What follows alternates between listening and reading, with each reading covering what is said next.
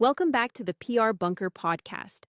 Today's episode features Kara Ryan from Clear Communications, and we're diving into her story, how she got into communications, and what it really takes to get where you are today. If you've ever wondered how great communicators build their path behind the microphone and in front of the camera, this conversation is for you. So let's get it going. Here's your host, Don Martelli.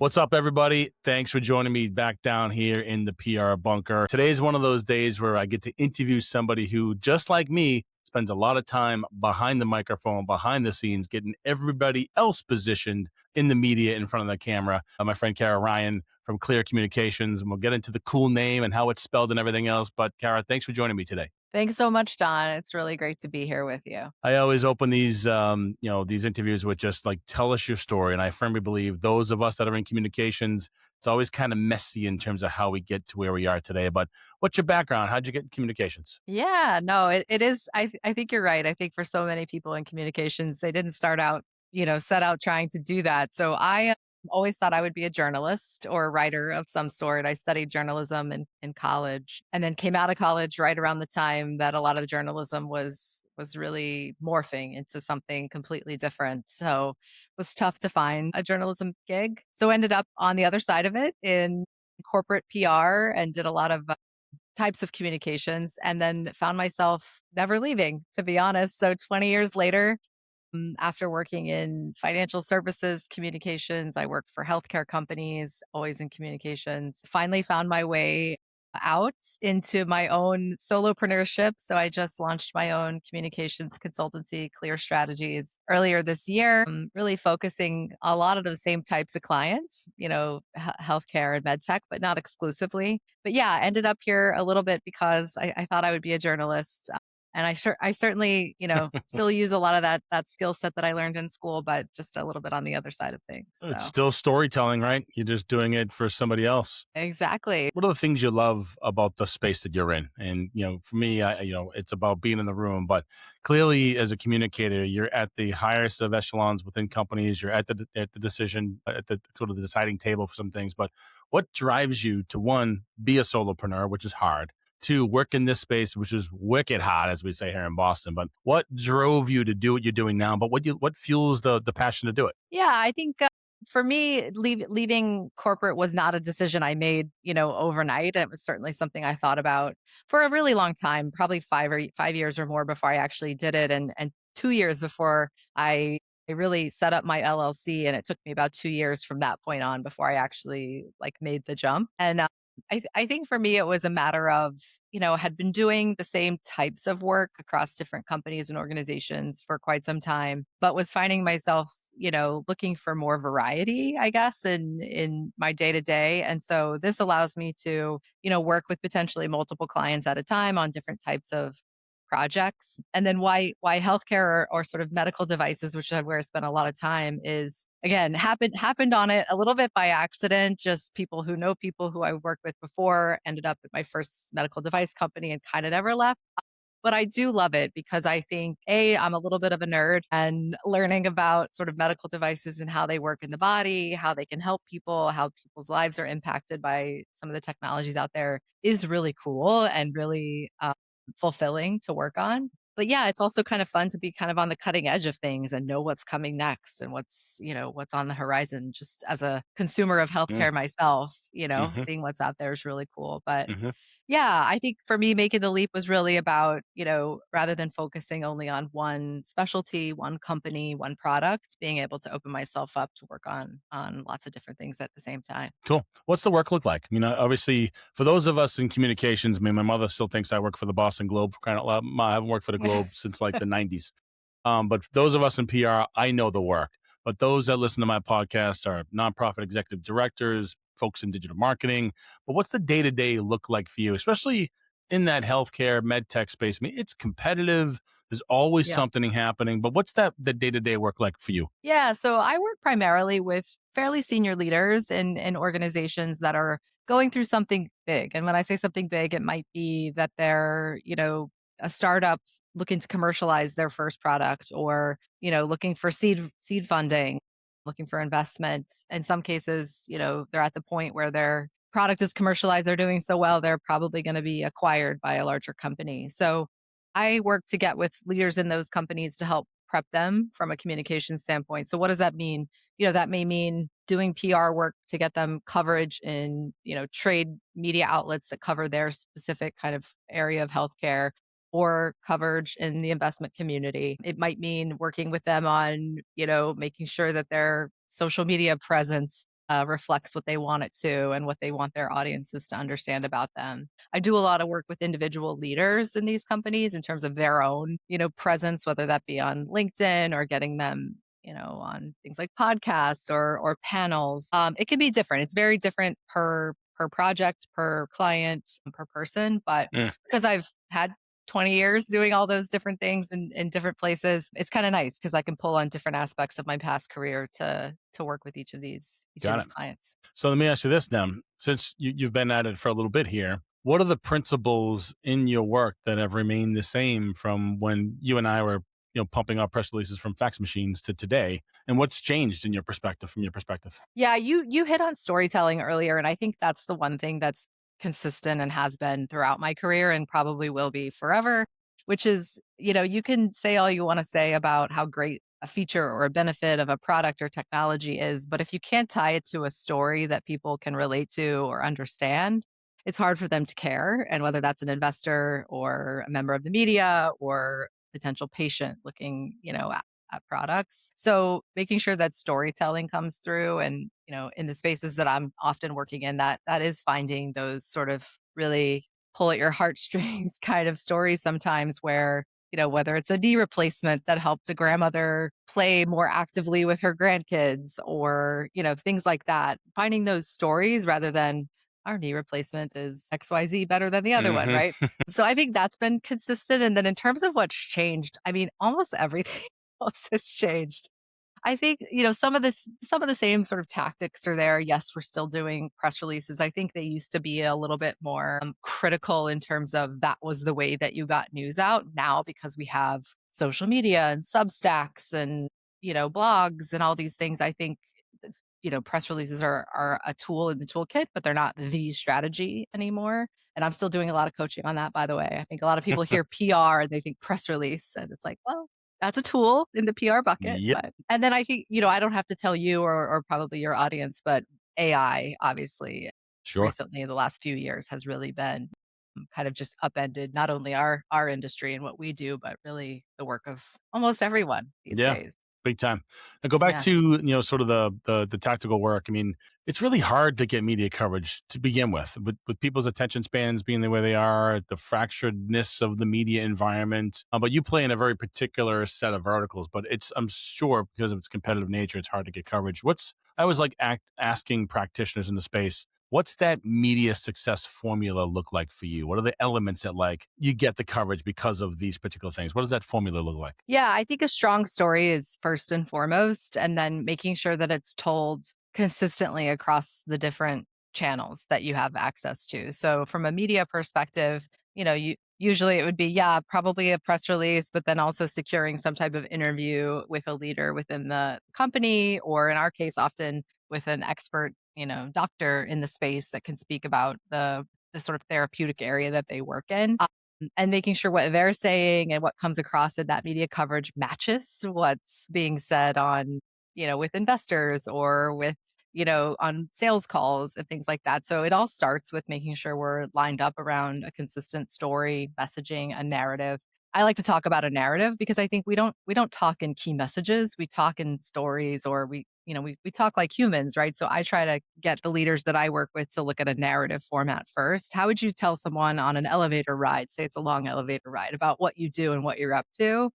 And think about that's how we frame things up, and making sure that that comes across, right? So getting a press release covered in media is, sure, it's good, but it's better if there's some meat behind the messaging, if there's some proof points. And again, if they could talk to doctors or potential patients in Yeah. our space that have, had good experiences, that's a win Mm-hmm. for us. And then making sure that, again, like if I'm working with a leader on their LinkedIn, for example, making sure that they're reflecting those wins in places like that as well. Smart.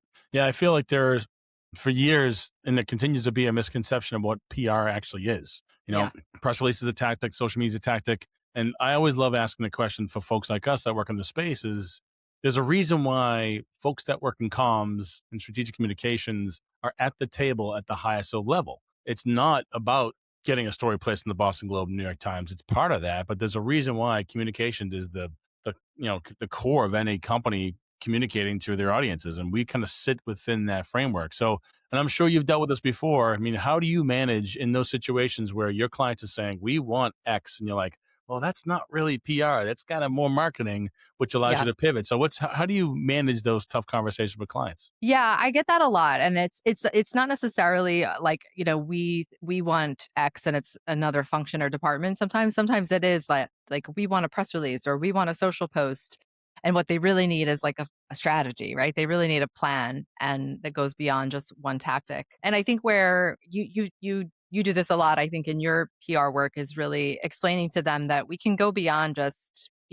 writing a press release, writing a social post, writing, in the case of marketing copy, but we can do a lot to actually enhance, protect your reputation. And I think that's what a lot of PR, is really focusing on reputation and how you stand to appear in the marketplace, how you build trust and keep trust. And sure, those tactics are part of that, but I think being, like you said, a seat at the table when the discussions are being had, people like me and you can raise things that maybe, somebody that's a chief financial officer is not thinking about, right? Hmm. They're not necessarily thinking about the news cycle that just covered something else entirely, but you and I are, and we're going, that's you're not going to get what you want out of that message because someone else just hit on that 2 days ago, and those are the kinds of things we're looking at. I think we're generally considering a lot more audiences or publics, if you will, than sometimes a lot of the other folks at the table that are maybe focused on exclusively on their Hmm. customer or on their investor. So I think that's something that's unique a little bit to PR and comms when we're at the table is we bring kind of who are all the audiences or publics and how are they going to receive this? Hmm. And is this the right time? Is this the right tone? Those are things I think we bring to the table that sometimes get a little bit Yeah, overlooked in favor I of agree. I she mean, did a great press release. yeah, no, I think Yeah. I wouldn't say you buried the lead here, but what you really, from me, what I heard was we don't go into these engagements with blinders. And we have the ability to see, yeah, you want to talk to this audience about this particular topic, but over here, this conversation is going to influence these people thinking about the conversation you're having here. And I think that's part of the reason why we get paid what we get paid is because we are, one, can help you craft the message, the narrative, and get because every organization has something they want to say to some group of people and they want them to take some sort of action. But this stuff, this doesn't happen in a single stream downstream. It just this 365, 24/7, always on media. When we started, you actually would pick up the newspaper to read the news Yeah. versus like on a Sunday when you got time to kill. And so, but I think the same principles of storytelling, it's why we are at the table with decision makers because we have the ability to take the blinders off. And that's part of the reason why we do the work we do because we are those folks that protect the reputation, protect the brand. Now, if Yeah. you were to kind of rewind the clock and talk to your younger self going into this business, what are the things you'd tell her? That's a good question. Probably focus a little bit more on business acumen earlier in my career rather than I was focused. I did my undergraduate in journalism and I did a graduate degree in also in journalism and PR. And if I could go back, I probably would have said, hey, if you're going to spend some extra years in school, maybe focus it on business, maybe look at like an MBA kind of track. I don't think it's critical. And I still think I gained that business acumen. Probably just took me a little longer than others who might have done more of a business focus. Yeah, but I mean, I think my younger self, I thought about this a lot. Like I think any kind of mistakes that I have made in my life or career, I wouldn't change because they've been either character building or they've been lesson giving Hmm. for me. Hmm. But yeah, I would say and I think learn to probably speak up a little bit sooner when I see something maybe going a certain direction. Or I think earlier in my career, I was very much an observer and I'm a people watcher by nature, still am. Now I'm not afraid to necessarily It's a speak skill. up. It's a But skill. yeah, especially like you said, and a lot of times now at this level, I am in rooms with, a lot more senior leaders. Earlier in your career, you may be with people that are a lot more senior than you. It feels a little intimidating to try to speak up, but I think there are ways that you can do it and do it well. So I probably would have tried to skill up in that way earlier, but Mm, yeah, I don't good have a ton advice. of regrets. So Yeah, because I mean, they're just something you reflect on, you build on, and to your point, yeah, you either take them as a battle scar that you worry over, or you use it as a learning opportunity. I mean, I always that's say, right.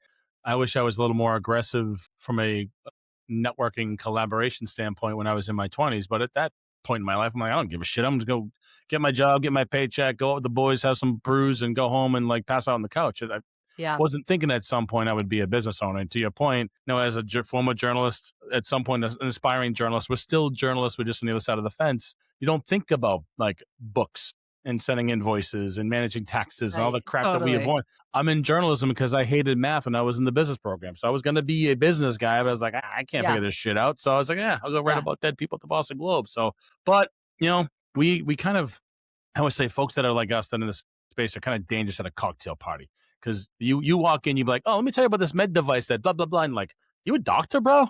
You're like, no, I'm not. I'm just a PR guy. I play one at work. Right? The knowledge we pick up as PR people is like absolutely crazy. So, like, what's some of the cool shit you're working on now? Like, what's the stuff that's pretty cool? yeah. I mean, without sort of revealing too much, but I've done a lot in my career, and I'm currently working in a lot of ophthalmology space. So I Cool. know a lot more about the eyeball than anybody with a journalism degree has any business knowing about. But I've worked in contact lenses, I've worked in implants in the eye, so I know a lot about the eyeball, and it's funny because I've my parents have aged, my grandparents go through. Everybody is as if you get old enough, you'll have something called cataract surgery, and it's funny because just explaining the surgery to people who go, "Oh, my mom's having it, my dad's having it," and get concerned, and you're like, "Okay, it's the most performed procedure in the country. It's done all the time. You're fine." Hmm. But then when you start talking about it, they kinda look at you, like you said, they're like, "What? Why do you Yeah. know all this?" Is there a doctor in the house? No, but I could do the surgery. No, no, and I certainly can, and that was something actually it was really interesting getting used to because, not coming from sort of a science or medical background, just getting used to, like, how many YouTube videos can I watch of eyeball surgery? More than you Mm, think. fun. But yeah, so I've had some cool. I've gotten to work a lot in eyes. I've done a lot in the cardiovascular space. Done sinuses. I've done stroke, like clot removal from the brain, which is really Wow. unbelievable how Wow. it works. Cool. And even things like breast implants I've worked on too. So all over the Hmm. place. But yeah, Wow. eyes have continued to be kind of a pretty prominent theme in my career. Got it. What's the next chapter in your business look like? I know you've been at it for a few years now, but clearly we're all. I think in my world, I think the agents, like the traditional agency setup, is kind of being dismantled a little bit, and you've got folks like us Yeah. that have decades of experience and banding together. And it's the reason why I do this podcast is to shine a light on folks like us that don't get the spotlight on us. But what's Yeah. for your for Clear Strategies, what's the next year look like? What's this what's on the horizon? Yeah, I mean, I'm still foundation building really for my business. Like I said, I just launched this year, so I'm still sort of fresh and new and getting my feet under me. But I think you touched on it just now. We're not in a traditional agency model, and I would say I have a ton of respect for the agency model. I've worked in my career with lots of really talented people within agencies and relied on agencies for a lot. I think now there is this maybe unspoken, I'll say it, kind of leaning Hmm. toward folks like us who then draw on expertise from individuals who can do those things that maybe we would turn to historically a big agency to help with. And I'm sure you do this, right? Like A you're thousand solo, percent. but yeah, but great graphics folks and social Mm-hmm. teams, and yeah, same The here. And that's network. kind of yeah, exactly. And it's almost like a referral basis. And sometimes I've seen like all these collectives pop up where it's almost this sort of agreement that we'll always refer certain types of work certain directions. Hmm. But yeah, I think we're leaning a little bit more in that direction, which gives us a lot of flexibility, and I don't have to know how to be a graphic designer and, an expert email SEO person or because I can find those people and sort of have them on a roster, right, that I can turn to. Hmm. Where and I think that's great for us, but it's also great for clients that are now not having to necessarily carry the sort of overhead of having a large agency always with Hmm. them. And again, no disrespect to those large agencies, they definitely are necessary for a lot of reasons, and I've Hmm. I've had a lot of great luck working with them, but I do think the industry is moving a little bit more towards this kind of for streamlined focus and working with folks that have very select skill sets that we pull on rather than, one large Yeah. organization. I agree. I think people want to work with those that they like, they know, they trust, and Yeah. if you're just meeting people, their background is important, and do they know the space? So when I'm talking to nonprofits and I talk about capital campaign design, about major donor Mhm. campaigns, email sequencing to your bottom 3% of donors, and annual giving campaigns, spring appeals, like, have you worked for a nonprofit before? I'm like, no, I just spent 20 years working with them. Like, I eyeballs, know I great know people that giving. have. Yeah. Yeah, and I think that Exactly. there's, and people always ask, how come you interview your competitors? I'm like, they're not competitors, because for me, the people that want to work with you will find you, and those that don't, Yeah. and they're going to work with somebody else because, to your point, they want that expertise. That there's a relationship in some way, shape, or form. I don't pitch business. I basically build relationships, Yeah. and the work comes in that particular way. And part of the reason why the PR Bunker podcast exists is just to showcase the talent that's like ridiculously out there in the world that are doing incredible things. And like, it's pretty cool that you can see stuff in the news like, yeah, I had and that was me. I did that, right? And Yeah. most people don't know it's you, but you're like, I know it's me. As long as the clients pay the bills, you're good to go.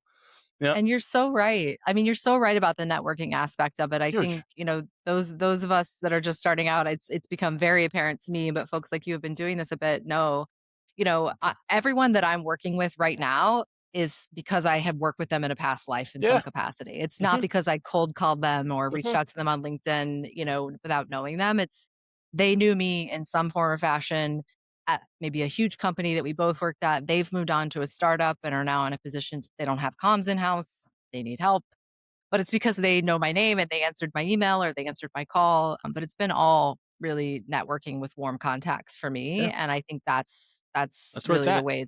Yeah, exactly. So I I mean, agree with you the totally. days of collecting a bunch of these business cards at a networking event and blindly blasting out emails and Yeah, hoping that fish jump into the boat are over.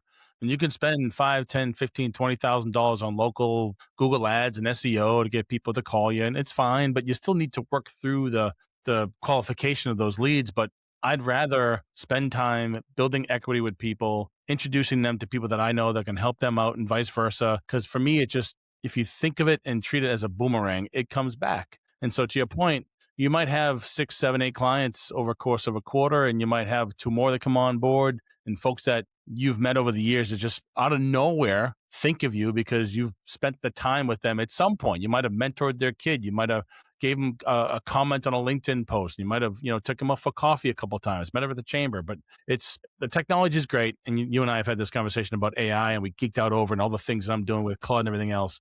At the core of everything I do, it's about the people. And I think as communicators, and I'm sure you agree with this, people are our business. It's public relations, but it's like people relations. It's really what we do. 100%. And I love that you brought up the business card thing. I was happened to be at an event last week and of course took my business cards Yeah, with yeah. me. It was an event with a lot of startups in the space that I tend to work in, where I live, actually, like right in my backyard. So went with business cards in tow and ended up, handing out a couple. I was standing in the line for a drink and met somebody in line, handed him my card, and then got to talking to a former colleague who I worked with before. And she's going, "Oh, well, you got to talk to that guy, that guy. I'll put your name out with that guy. She's great. You need to get," and you know what I mean? So the Mm-hmm. actual connection and the actual work will come from my Mm-hmm. connection to that person and her connection to other people, not Mm-hmm. from that business card I exchanged in the Yeah. line at the bar. Yeah. So I mean, you're so right. hmm yeah. I mean, what's your? I mean, yeah, clearly you're on LinkedIn. That's a good networking tool for you. What when you think about, as you're building your business and people and relationships, what other tools, systems, experiences are you involved in some way, shape, or form to help grow that part of your business? Yeah, that's a great question. So I've joined certainly a couple of my local chambers of commerce. I'm in Cool. a large sort of community where medical device industry is pretty big Nice. here. I'm in Southern California, and it's a pretty large industry here. So I've made efforts to join those just because I know a lot of the companies Yeah. that will be there Be in the right also room. in the right room. Hmm. Yeah, and then there's even specifically kind of in the medical device space, there's some organizations that I'm a member of, and that's actually one of the events I was at last week was one of those. So yeah, just and they do a lot of online events too, so it's not doesn't have to be Mm. in person, but and Hmm. then if nothing else, at least you're seeing who the names are that are joining, connecting Hmm. with them on LinkedIn. Hmm. So I do a lot of that. Yeah, and then I think, tool wise, LinkedIn is probably the Hmm. biggest one for me. Hmm. Like most people, I think I'm not as active as I'd like to be posting, but I certainly scroll and like and comment on Hmm. things with frequency. So Cool, cool, cool. Now, as you think about, as you move forward with the business and scale, are you feeling that you're going to stay on this solopreneur journey or just going to ride the wave? I mean, do you want to hire people down the line? I mean, what's the scale of your company look like? it's a great question. I think time will tell. I think for the foreseeable future, I imagine remaining solo. But like we talked about early, probably, if there comes a project to me that's bigger than my skill set or bigger than my time allows, would love to be able to draw on the Hmm. expertise and skills of Hmm. others. Hmm. Not necessarily in hiring them as an employee, but, through a kind of subcontracting type of relationship, certainly want to keep that in mind. And I see that probably being the next sort of Got it. phase of where I'm going. Cool. Who knows? I mean, would I have employees someday? Sure. If my business got so big that I needed that, I would love it. But at least for the next probably year or two, definitely focusing on building up the solo. Cool. Oh, you and I just geek out and Yeah. we built a bunch of agents and the agents do it all for you. That's it. I know I need to get your Yeah, playbook done. I that's gotta get right. it. It's free of charge, free of charge. Now, if people are thinking about, I need somebody in this space to help me, what's the ideal referral for you from a business perspective? What's your ideal client? Clearly in healthcare, but like when is it early? Like I just have an idea, I'm bringing it to market, or I've got equity, I'm at my year one mark. What's that referral kind of sweet spot look like for you? Yeah, I mean, it's kind of any time in that process because what if it's not somebody that is right this second feels like, "Oh, right now we need to do a big communications blast." It's because they probably are about to a year from now or 6 months from now, and I want to be on their radar by then. So I think, yeah, definitely folks that are working in the startup space, especially in sort of healthcare, med tech, but not exclusively. I mean, my experience is across consumer goods, financial services, tech, healthcare. So folks that are looking to commercialize something, they're maybe making a big hire, and whether that's happening 2 weeks from now or 6 months from now, I want to be, a name that they're familiar with. So I'm not turning down any referrals at this point. It's just a matter, because to me, it's really not a matter of if, it's usually just a matter of when they're going to need some kind of communications Hmm. strategy and help. And I'd love to be the person they choose. Got it. Got it. I always like asking this question to those that are in this space, and you can't cheat. You can't say journalist either. If you weren't Ugh, doing what you're doing now and not a journalist, what would your profession be? And before you answer, I'll give you mine. I would be a middle inside linebacker for the New England Patriots. I'd be a football player. I amazing. did football. Amazing. I That'd be love my this. thing. I Think love big. the Pats. Love football, and I'm 6'2", 250, so I could fit that middle inside linebacker role. Okay, but what would you be doing outside of not being a journalist or PR person? What would your profession be? So you'll laugh. It's fairly close to journalism, but not journalism. I would be a private investigator, Really? hands down. Okay, Yes, got it. I am an internet sleuth. I can find out lots of things about anything quickly. Hmm. Yeah, in my next life, if I ever like semi-retire and decide I want to do something else, I'm going to pursue like a license to be a private investigator. I just So think it'd be yeah. fascinating and So if I check out your I'm a people Spotify, watcher. So yeah, well, if I check out your Spotify Apple playlist, I guarantee there's probably some crime podcasts on there and that sort of stuff, right? So yes, what are you listening to now? there are. Well, actually, for I have to be honest, for a Yeah, while I was into the whole true crime, yeah, especially like the kind of murdery ones, yeah, and yeah, it got a little like with my mental health. yeah. So I mean, you I've you go down a pretty deep rabbit hole with that stuff from time you to time. you It's deep. can you can. I know one of my old favorites was My Favorite Murder, Mm. which is two hilarious women that hosted, and they basically talk about sometimes famous, sometimes not famous at all kind of story of a murder. And weirdly, they like inject humor into it. And I know that sounds awful, Hey, but that was the one I kind of had to like put down for a minute yeah. just for my own mental Hey, health. look, But there's content yeah, for I mean, everybody out there. there is. I'm a little Yep. boring now. I really focus more on, I certainly listen to the news podcasts, like the Hmm. PBS ones in the morning, Mhm. the New York Times one, the daily. That's the business. I'm a little boring that way. But No, it's all yeah, and good. then You got of to stay course on the pulse of our PR business. Yeah. PR bunker done. Yeah, That's on my playlist. that one's overrated. You don't want to subscribe to that one. It's just some fast talking Bostonian just talking shit to people on his microphone from time to time. But good stuff. How about this? If people are interested in working with you, finding about you, learning more about your work at your agency, where can they find you? Yeah, they can find me certainly on LinkedIn. It's Kara Ryan. And also my website for my company is clearstrategies.com. That's KLYR strategies.com. And it's Those are clear the two KLYR because of. because my initials are KLR, and my middle name is LY something. And Love so that. put it together, clear, worked out Love with a that. communications bent. So That's so good. It's just, and it could that yeah, way when and if you have 9,000 employees globally, it's not associated to your name, and you can sell it off for $2 billion and then go be a there you private go. investigator. There you go. Someday. Good stuff. All right, give us the website address one more time. Sure. It's klyrstrategies.com. Excellent. Well, this has been fun. Congratulations on launching the business. Thank you. If I have any questions about the eyeballs, I'm giving you a call first. But I Do appreciate you it. being here in the PR Bunker podcast. It's been a pleasure. Thanks so much, Don. That's the PR Bunker podcast, hosted by Don Martelli. Here's the thesis. Reputation is the operating system for your business. It's the one asset that works while you sleep. When you need to defend it, repair it, or build it, start at prbunker.com. And for a sharper way to build the relationships that actually get you to yes, subscribe to the Anti-Networking Playbook on Substack. New every week. When reputation decides the outcome, be ready. We'll see you next time, and remember, stay locked in.